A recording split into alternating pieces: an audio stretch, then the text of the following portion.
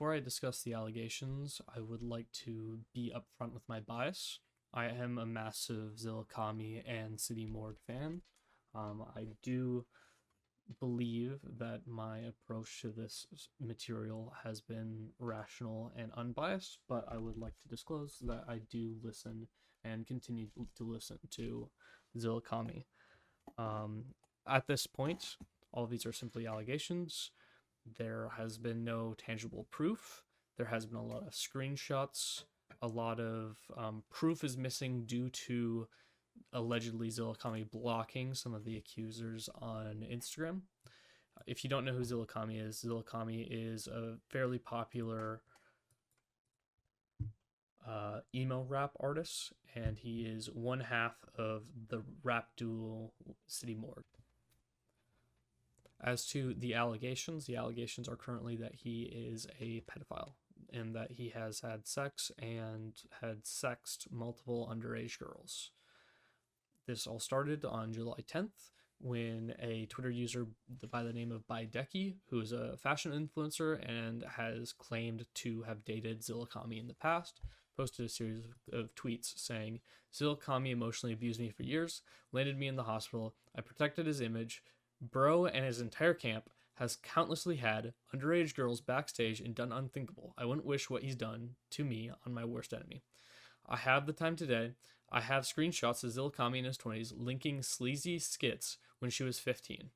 Zillakami is your favorite rapper, but he had sex with a 15-year-old at 22, and y'all wonder why I kept my silence about dating him for years. If he wants to take it legally, I would love to. Not to mention, he has a serious Asian fetish and traveled to Thailand with sex tourists and ordered countless prostitutes. Please do me a favor and remove this rapper who still lives with his mother and treats his whole family horrible from your playlist. I have never in my life come from anyone's career or what they have done. But Zillakami is a pedophile and one of the most evil people I have ever known and robbed me of everything in my life." Afterwards, it was revealed that a lot of the screenshots that Baideki used were photoshopped. Here we have a message from Sleazy Skits to Baideki saying, "Yes, he was fully aware at the time. He invited me to an apartment somewhere in New York. I was about to turn 16. I think he lives there with Sos Mula or whatever. Ask that you keep me out of this, though, because I have a boyfriend and I don't want to get in any legal trouble if that's where you're taking it. I apologize if this happened to you and everything he's done. He's a terrible person and there's countless stories." Something to note of the screenshot is it is on the wrong side. It's just straight up doctored. Usually when a text message is sent, it's a received text message is on the left side. This is on the right side. It's just been proven. Even if you look at where it is within the text message, it's just doctored, as you can see right there. How it clips over the border. So people were asking him to see more and more evidence, and she really couldn't. She posted bruises and a lot of other injuries online, but these seem to be from when they sparred and not actually from abuse. At this point, most Zillakami fans were relieved. Seemingly, all the evidence was doctored. There wasn't really anything substantial. It is basically just hearsay at this point. Baideki was not the accuser. She wasn't the 16-year-old. She was just an ex who allegedly has done things like this in the past. That was until the girl that Baideki was alluding to actually revealed their own story.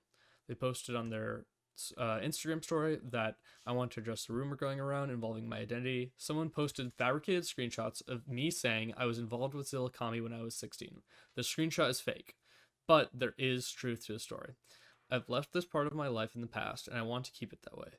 But now I feel like I must say something as this story has gone out without my consent and I want to tell my story on my own terms.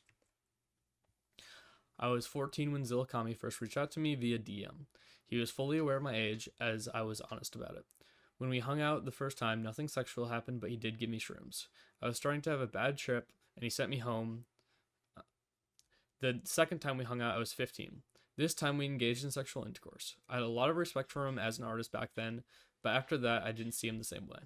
After that I didn't hear from him again until months later when he messaged me again. I had just started talking to someone that is now my ex. He asked to hang out and I said we could, but it wouldn't be like last time because there's someone I was trying to be serious with, my ex. After I told him that, he stopped messaging me and we never talked again. One day I was looking through my DMs and I realized my messages with Zillakami disappeared. I think he must have deleted them from his end. When I realized I no longer had the DMs of our conversations, I realized there was no tangible proof of us ever meeting. This is why I never felt like I could tell my story, because I know how the internet is, especially to victims that involve an artist lots of people praise. When there's no proof, people find it hard to believe the victims. I'm usually very hard on myself, and I acknowledge that I could have made smarter choices and avoided that situation, but I also remind myself that I was the kid and he was the adult. He could have done better. And finally, I made a lot of mistakes when I was younger, and I still make mistakes now, but every day I'm working on progressing and improving myself to better my life. I don't want what's happened to me to define me and gloss over all the progress I've achieved until now. I've addressed this with the person that posted the fake screenshot of me talking about Zillakami, but going forward, I hope I can be more respectful and not post things without people's consent. You're not doing anyone any favors by leaking their story. It's been emotionally exhausting for me to find out at work what's been posted about me and feeling like I'm being forced to speak out on something that I tried to leave in the past. I ask that people don't message me about this anymore because I just want to move on. I don't condone anyone's actions other than my own. To be clear, what happened to me wasn't okay, but I've made peace with it because it's my right to do so. My past doesn't define me. I'm allowed to move on. Thank you, Shy. Then finally, she said this. Feel free to pause if you want to read it. Basically, just saying, I went through the DMs, and this is all that could really be found, which doesn't really prove much, unfortunately. Zillakami at this point did respond. He posted on Instagram. Response was dealing with severe depression during and after the last tour ended me up in a clinic where I was told by doctors I needed time to focus on myself. Something I've always put to the side while trying to make sure everyone around me was good, which had me mentally at my lowest. Dealing with a person that was around me using me while knowing I was not able to comprehend their ulterior motives, they took advantage of me being blind to what they tried to sell me as love. But it was only love until they no longer had access to me or things that I could provide for them. Trying to isolate me from my loved ones and friends while also trying to sedate me by introducing me to harmful substances to alter my state of mind and keep me in the dark of their true nature. I'm not the first person to go through this, where when a person cannot get what they want from someone, they obsessively try to victimize themselves. But I will handle this professionally instead of taking it to the internet. My legal team will ensure any false defamation against me is taken care of. So recently, it has come to light that this was actually a response to Bideki and not Sleazy Skiz. However, this was posted after the Sleazy Skiz response. Yesterday, July 14th, Sleazy Skiz posted this on her Instagram. It should be noted that she is Asian, which is important because it's also alleged that Zillakami has an Asian fetish and went to Thailand for sex tourism. Pause it if you please and read it on your own time. And then another user showed Zillakami following her and then messaging her when she was 17. So he says, I ain't no hot model followed me. I would have followed before. And then she says, I'm 17, turn 18 next month. And Zillakami says 1 month.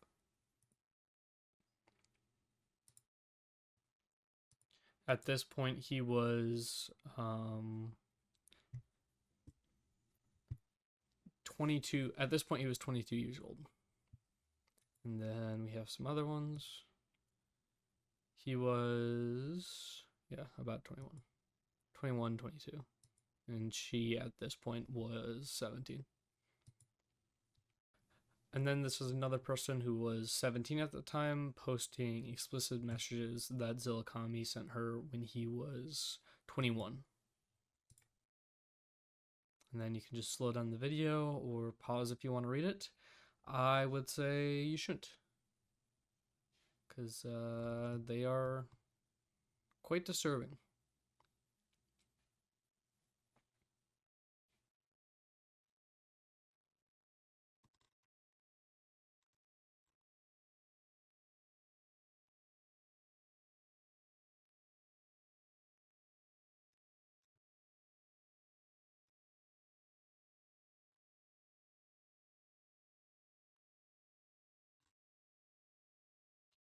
And then here is the exact post that she made saying, watching these stories unfold and how these women are being treated is really disheartening. So I feel the need to share my own proof.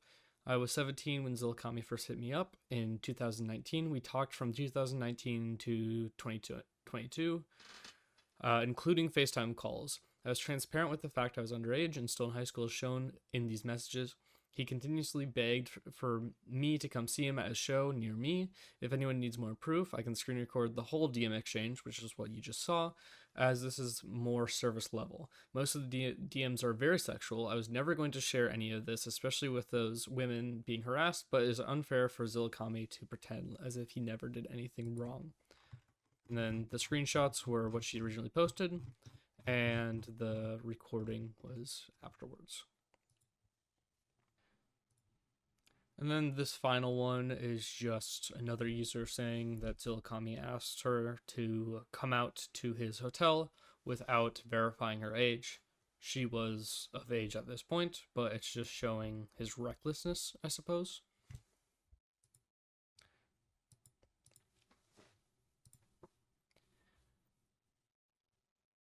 Another Zillakami post was talking about how Zillakami had a whippets addiction. You can read, it's talking about whippets and an Asian fetish. This was all removed because the auto mods just completely obliterate anything talking about drug abuse.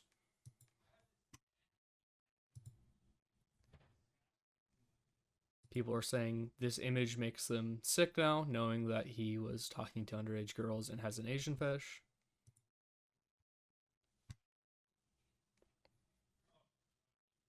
And then here's just a lot of the discussions that are happening at this point. You can just pause it and read it if you want to. At one point, Zillakami did have all of his comments removed. Now they are back up with many people calling him a pedophile and being disgusted with his actions, alleged actions. And finally, this is another person that. Here, let me make this bigger.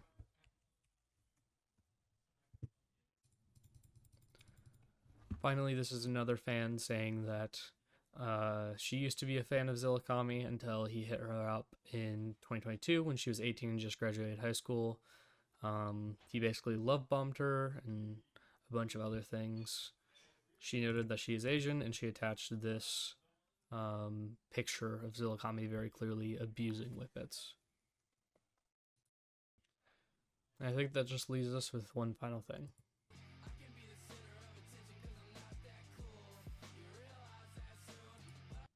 A lot of his lyrics have not aged well, one bit. Unfortunate.